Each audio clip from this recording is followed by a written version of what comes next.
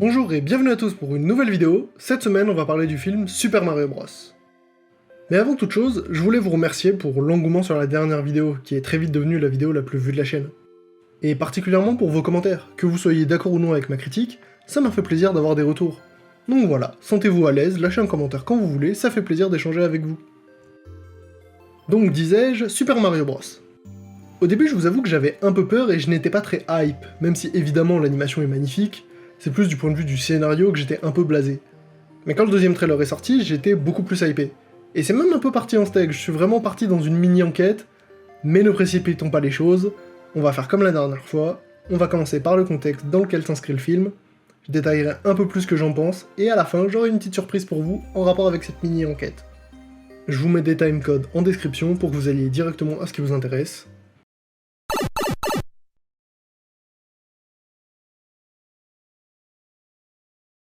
Je disais donc, contexte.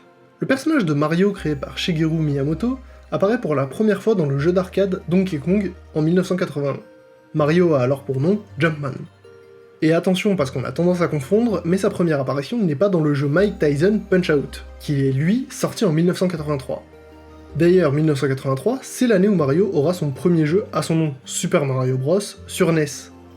De là, je ne vous refais pas l'histoire, mais c'est le début de l'une des licences de jeux vidéo les plus connues au monde. Par contre, ce que vous êtes moins susceptible de connaître, ce sont les adaptations de Mario en films et séries. Entre 1983 et 1993, on a eu toute une décennie d'adaptations.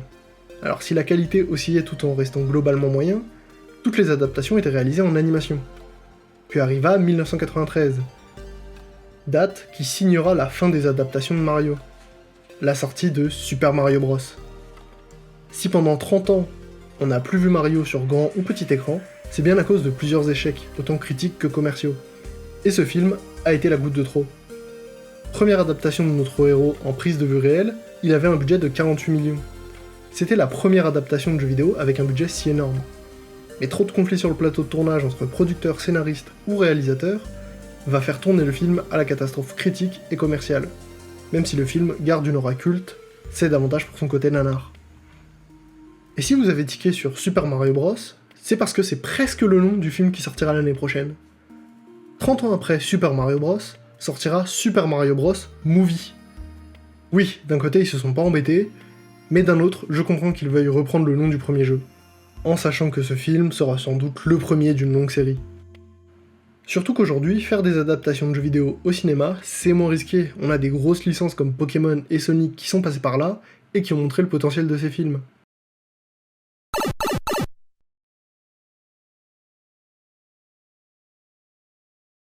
Comme je vous le disais plus tôt, j'étais moyen chaud au début, notamment le premier trailer. Quand j'ai vu la sortie du tuyau plus Mario qui parle, je craignais que le scénario ce soit un mec random inspiré dans un jeu vidéo, et ça m'aurait saoulé. Mais avec le second trailer, je comprends qu'on est plus sur une quête initiatique, qui respecte l'univers de Mario. Et c'est ok, là où je pouvais reprocher à la série Mercredi de trop lisser son histoire, c'est parce qu'à l'origine, la famille Adams, ça raconte quelque chose. Là on va pas se mentir, Mario, personne n'y a joué pour l'histoire. L'univers évidemment, mais finalement la grande difficulté de cette adaptation, ça va être de retranscrire ce plaisir qu'on a à jouer dans quelque chose qu'on va regarder. Donc va falloir nous en mettre plein les yeux. Et pour l'instant, on est très bien parti avec des plans vraiment magnifiques et divers. Et en tout cas, ça va nous en mettre plein les oreilles aussi, parce qu'un autre point qui m'a vraiment ultra hype, c'est la VF. On a la chance d'avoir un pays avec des comédiens de doublage exceptionnels, et là, on est servi. On a pour la voix de Mario, Pierre Tessier, voix française de Ryan Reynolds, donc des films comme Deadpool ou Détective Pikachu, qui est aussi une grosse adaptation de jeux vidéo. Où est-ce que je suis tombé ? Pour Peach, c'est Audrey Sourdive qui prête sa voix à la princesse, qui a doublé Cassandra dans Assassin's Creed Odyssey ou encore Abby dans The Last of Us Part 2. Bowser arrive. On passe maintenant pour Luigi à l'une de mes voix françaises préférées, Benoît Dupac, qui est notamment la voix de Eikichi Onizuka dans GTO. Vous croyez que je connais tous les humains à moustache qui portent une salopette et une casquette avec leur initiale écrite dessus ? Pour Bowser, on a Christophe Lemoine, qui a notamment doublé Sam Gamgee dans Le Seigneur des Anneaux. Mais entre le premier et le deuxième trailer, la voix a changé. Je l'ai enfin trouvé. Plus personne ne m'arrêtera! Dans le deuxième trailer, c'est Jérémy Covillo, notamment connu pour avoir doublé Tom Hardy dans Mad Max Fury Road, ou encore Hugh Jackman dans Logan. Tu ne sais sûrement pas qui je suis. Pour Kamek, on a Donald Renew, peut-être un des plus reconnaissables. C'est la voix de Titeuf et du Spider-Man de Andrew Garfield. Il est sur Twitch depuis un moment maintenant, donc vous le connaissez peut-être de là aussi. Son Altesse, le roi des combats! Le roi pingouin, lui, est doublé par Frédéric Soutrel, connu pour prêter sa voix à Kratos dans God of War. Ce n'est qu'un avant-goût de notre furie. Es-tu prêt à te soumettre? On finit avec Todd, doublé par Emmanuel Garijo, qui a également prêté sa voix à Anakin Skywalker dans les épisodes 2 et 3 de la prélogie de Star Wars, ou encore Hercule et Stitch. Touche pas à ce champignon ou t'es mort!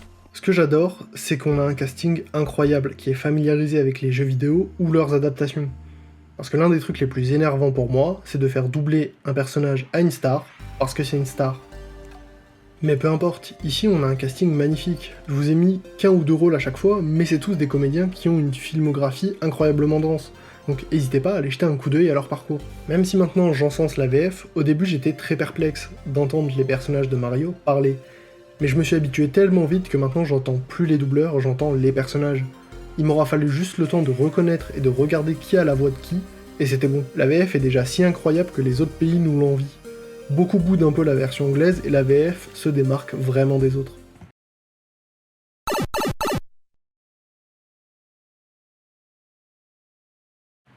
Alors pour cette partie, j'ai vraiment galéré. Au tout début, je voulais que la vidéo soit une analyse plan par plan. Mais j'ai vu que d'autres l'avaient déjà superbement fait, donc je voyais pas l'intérêt de le refaire. Mais en cherchant sur internet, j'ai trouvé d'autres trailers, en plus des 2 trailers officiellement sortis. Et j'ai commencé à mener une petite enquête, pour trouver des nouvelles images du film et savoir d'où elles provenaient. J'ai donc déniché 3 séries d'images. Une pub télé en néerlandais, venant probablement des Pays-Bas, même si je vois des sources dire qu'elle vient d'Allemagne. Une autre pub télé, où là j'ai pu vérifier par moi-même avec une amie hispanophone, qui m'a confirmé que l'extrait venait bien d'Espagne. Et encore une autre, aussi d'Espagne, mais avec quelques secondes et plans en plus. Tout ça dans des qualités variables. À partir de là, au lieu de juste repost les scènes inédites, je me suis amusé, entre guillemets, à tout découper plan par plan. Et je suis arrivé à 272 plans. C'était long, c'était fastidieux, mais j'ai remonté tous les plans chronologiquement pour faire un mini-film.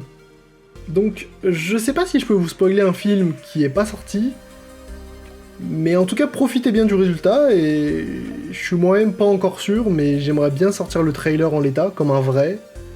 Donc dites-moi ce que vous en pensez, et puis bon visionnage. Coucou, c'est le mois du montage. Alors, naïf comme je suis, j'avais pas pensé au bot YouTube avec cette superbe idée, donc en faisant un test pour upload la vidéo, il a pas beaucoup apprécié. Et j'ai un peu la flemme que ma vidéo se fasse enterrer par YouTube, donc ce qu'on va faire, c'est que je vous mets un lien en description, et la fiche juste en haut à droite de l'écran, qui vous redirigera sur le trailer, qui sera du coup sur une autre vidéo comme ce que j'hésitais à faire au début. Donc voilà, désolé pour la gêne occasionnée, je vous mets quand même la conclusion de la vidéo et j'espère que celle-ci vous aura plu.